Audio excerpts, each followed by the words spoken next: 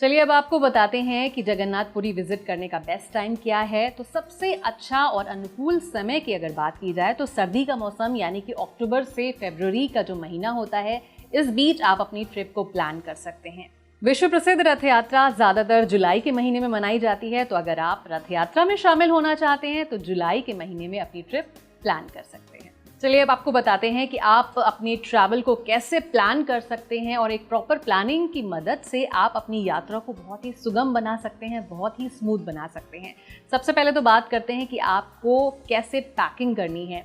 आपको पैकिंग में इस बात का ध्यान रखना होगा कि आप किस मौसम में अपनी ट्रिप प्लान कर रहे हैं। जैसा कि हमने बताया कि सर्दियों के मौसम में सबसे ज़्यादा अच्छा वहाँ पर लगता है और बहुत ही फेवरेबल होता है ये मौसम आपके लिए।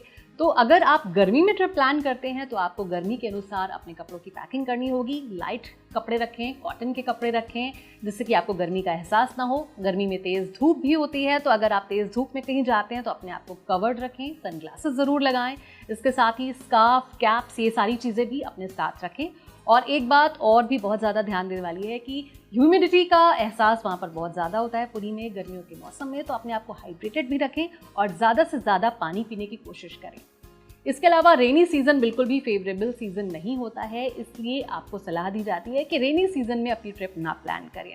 इसके अलावा छोटी से छोटी जो चीज़ है उसकी आप एक लिस्ट बना लेते हैं तो आपके लिए बहुत बेहतर होता है। और जैसे ही आप पैकिंग करें उन चीज़ों को चेक करते जाएं तो आपकी चेकलिस्ट तैयार हो जाती है और किसी चीज़ के छूटने का खतरा नहीं रहता है, कोई डर नहीं रहता है।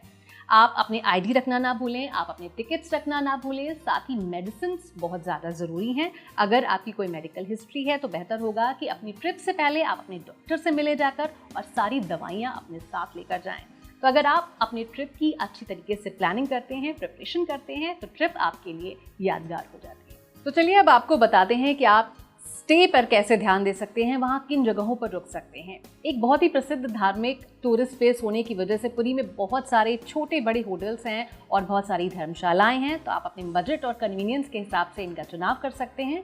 धर्मशालाओं में भी बहुत कम फीस देकर आप वहाँ पर स्टे कर सकते हैं और यहाँ पर खाने पीने की बहुत अच्छी सुविधा होती है और कम पैसे में भी आपको बहुत अच्छी फैसिलिटीज़ मिल जाती हैं।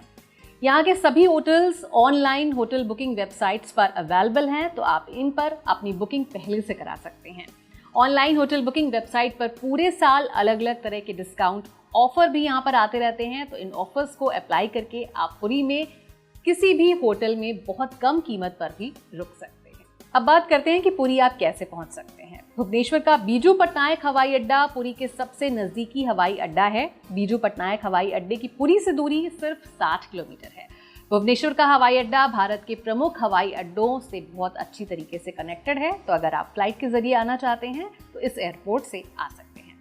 अगर आप किसी दूसरे देश से पुरी की यात्रा कर रहे हैं तो बंगाल में कोलकाता का सुभाष चंद्र बोस इंटरनेशनल हवाई अड्डा सबसे उपयुक्त रहेगा आपके लिए। और अगर आप रेल के जरिए पुरी पहुंचना चाहते हैं तो भारत का एक प्रमुख धार्मिक स्थल होने की वजह से पुरी लगभग पूरे भारत से रेल मार्ग से बहुत अच्छी तरीके से कनेक्टेड है। भारत के लगभग सभी राज्यों के सभी शहरों से पुरी के लिए जो रेगुलर रेलवे है वो अवेलेबल रहती है, तो आप इसे भी इस्तेमाल कर सकते हैं। लेकिन अगर आप बाय रोड जाना चाहते हैं तो पुरी भारत के राष्ट्रीय राजमार्ग द्वारा उड़ीसा के भुवनेश्वर और कटक जैसे शहरों से बहुत अच्छी तरीके से जुड़ा हुआ है।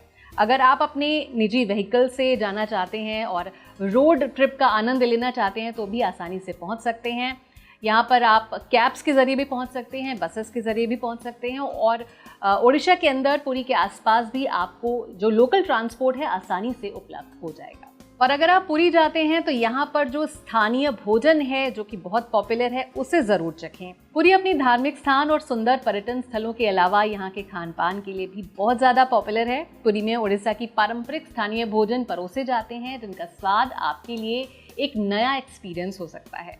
यहाँ पर अलग अलग तरह के स्थानीय पारंपरिक भोजन परोसे जाते हैं जिनका स्वाद एकदम लाजवाब होता है और आप इन्हें ज़रूर ट्राई करें। सबसे पहला है खिचड़ी। खिचड़ी वैसे तो बहुत ही आम व्यंजन है जो भारत के लगभग हर राज्य में, हर घर में बनता ही है, लेकिन पुरी में खिचड़ी एक बहुत ही प्रमुख व्यंजन माना जाता है क्योंकि यहाँ पर भगवान जगन्नाथ को खिचड़ी का ही भोग लगाया जाता है।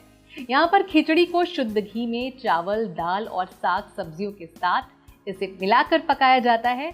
जो बहुत ही अमेजिंग स्वाद देती है। और यही कारण है कि यहाँ पर खिचड़ी का जो टेस्ट है आपको बाकी जगहों की तुलना में काफ़ी अलग मिलेगा।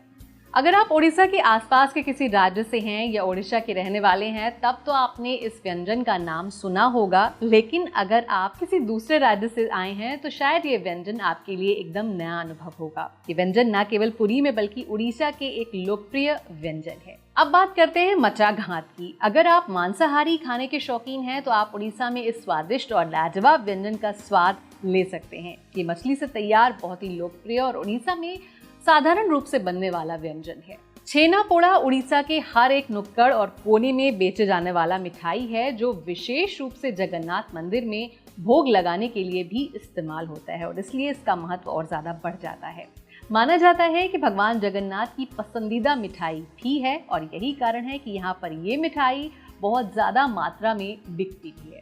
इसके अलावा कनिका उड़ीसा में विशेष रूप से परोसा जाने वाला एक मीठा पुलाव है। इसे भगवान जगन्नाथ के 56 भोग में से एक माना जाता है। इस भोजन को उड़ीसा में चिकन या मटन करी के साथ भी परोसा जाता है, तो आप इसे भी ट्राई कर सकते हैं। गर्मियों के दौरान पुरी की यात्रा करते समय ठंडक का आनंद लेने के लिए पाला भाटा व्यंजन का स्वाद आप ले सकते हैं, जिसे उड़ीसा के लगभग हर घर में रोज ही बनाया जाता है। इन व्यंजनों के अलावा आप दालमा, संतुला भी ट्राई कर सकते हैं और ये बहुत ही टेस्टी होते हैं और आपके एक्सपीरियंस में 4 चांद लगा देते हैं। अब शॉपिंग की बात की जाए तो जब ट्रैवलिंग के दौरान शॉपिंग की जाती है तो वो हमारी उस यात्रा को और ज़्यादा यादगार बनाती है। हम हमेशा उस चीज़ को देखकर याद करते हैं कि हम उसे कहाँ से लाए थे, कब लाए थे। इस लिहाज से अगर देखा जाए तो शॉपिंग भी ट्रैवलिंग का एक अहम हिस्सा होता है। तो अगर आप पुरी की यात्रा पर जा रहे हैं तो वहाँ से आपको क्या खरीदना है ये हम आपको बताते हैं। यहाँ आपको बहुत सारी अच्छी पारंपरिक साड़ियाँ मिल सकती हैं। यहाँ पसापल्ली, बोमकाई, संबलपुरी साड़ियाँ खरीद सकते हैं। आप यहाँ से नल्ली रेशम की खरीदारी भी कर सकते हैं। लेकिन अगर आप एक ऑथेंटिक ओडिया स्वाद की खोज में हैं तो आप इन साड़ियों के लिए इनके ऑथेंटिक स्टोर्स में जाएं। तो आप इन साड़ियों के लिए जा सकते हैं शहर के अंदर और बाहरी इलाके में जहाँ पर करघे हैं, इसलिए आप इन कपड़ों को बाकी शहरों की तुलना में कम कीमत पर खरीद सकते हैं। इसके अलावा ताड़ के पत्ते की पेंटिंग भी यहाँ पर बहुत ज़्यादा पॉपुलर है। पट्टा चित्र ओडिशा का एक बहुत ही विशिष्ट आर्ट फॉर्म है। कला पत्ते पर पेंटिंग करने के लिए अनुवाद करता है और आमतौर पर ताड़ के पत्तों को कैनवस के रूप में प्रयोग किया जाता है। आप इस पेंटिंग को अपने स्थान पर सजावट के लिए या किसी फैमिली या फ्रेंड को गिफ्ट देने के लिए भी लेकर जा सकते हैं। पट्टा चित्र चांदी की परत में भी अवेलेबल होता है। अगर आप समुद्र के किनारे मौजूद हैं तो इसे वहां से भी ले सकते हैं। इसके अलावा आप शेल्स और ऑयस्टर्स से बने हैंडीक्राफ्ट भी ले सकते हैं। यहाँ का जो फिलीग्री वर्क है वो बहुत ज़्यादा पॉपुलर है और इसे बहुत ही डेलिकेटली कार्व करके ज्वेलरी का स्वरूप दिया जाता है और इससे बहुत सारे आइटम्स बनाए जाते हैं।